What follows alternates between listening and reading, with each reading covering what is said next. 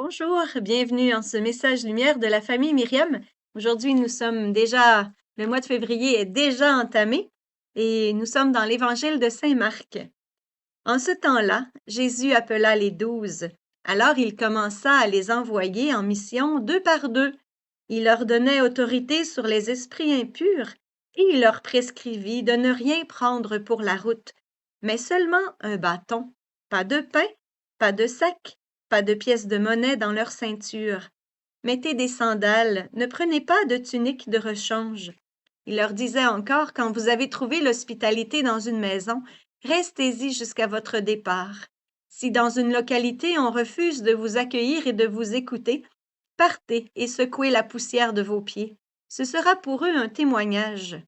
Ils partirent et proclamèrent qu'il fallait se convertir. Ils expulsaient beaucoup de démons, faisaient des onctions d'huile à de nombreux malades et les guérissaient. Est-ce que tu sais que Jésus t'envoie en mission, toi aussi, aujourd'hui? Eh bien, il t'envoie un peu pauvrement, n'est-ce pas? C'est ce que j'ai remarqué dans ce texte. J'ai dit, Seigneur, je pense que cette page de l'Évangile à la famille Myriam, je ne l'ai pas encore expérimentée. Quand je pars, j'ai ma valise, j'ai mes cahiers de chant, j'ai ma Bible, j'ai beaucoup de choses, du matériel pour les enseignements, tout est prêt. Et le Seigneur nous envoie pauvrement. Mais une chose qui est importante, c'est, il y a 3 mots, tu sais que j'aime bien regarder quels mots sont importants dans le texte. Il y a 3 mots qui ont attiré mon attention: bâton, sandales et ceinture. Et cela m'a fait penser à la tenue de la Pâque. Dans Exode 12, 11, le Seigneur dit à Moïse de préparer le peuple pour sortir du pays d'Égypte. Le bâton à la main, les sandales aux pieds, la ceinture aux reins. Alors, c'est la tenue de la Pâque, c'est ça que le Seigneur nous dit. Pourquoi? Pour annoncer la nouvelle Pâque qui sera le mystère mort-résurrection du Christ. Jésus donne sa vie pour ses amis et c'est cela qu'il faut annoncer. Il donne sa vie et il la reprend. Il est aussi ressuscité. Et en Exode 14, 14, moi j'aime beaucoup cette petite phrase. Le Seigneur combattra pour vous. La mission, ce n'est pas ton œuvre, c'est celle de Dieu. Donc, ne t'inquiète pas. Hein?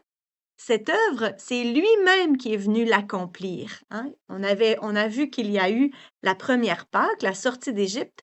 Maintenant, Jésus va accomplir la grande Pâque. Il va donner sa vie par amour pour nous. Pourquoi? Pour fonder l'Église. Et alors, voilà pourquoi le Seigneur nous envoie deux par deux.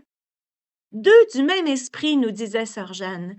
Et allez dans une maison et ne passez pas de maison en maison, restez là où vous serez accueillis. Pourquoi?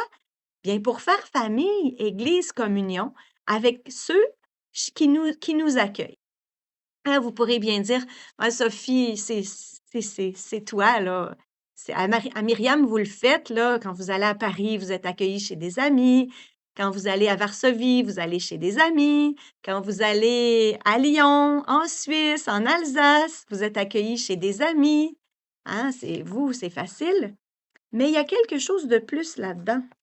C'est que ta maison, c'est d'abord ton cœur.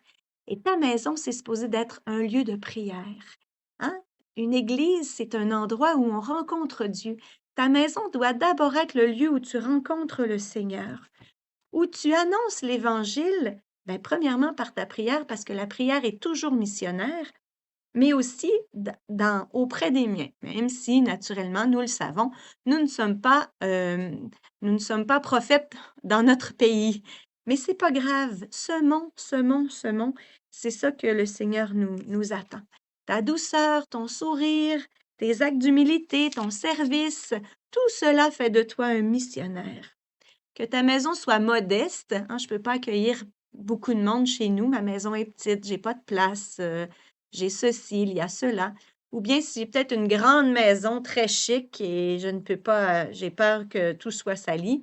C'est pas ça l'important. L'important, c'est que ta maison intérieure soit le lieu où tu rencontres le Seigneur. Et à toi d'y mettre le nécessaire et de te laisser interpeller parce que le Seigneur attend de toi.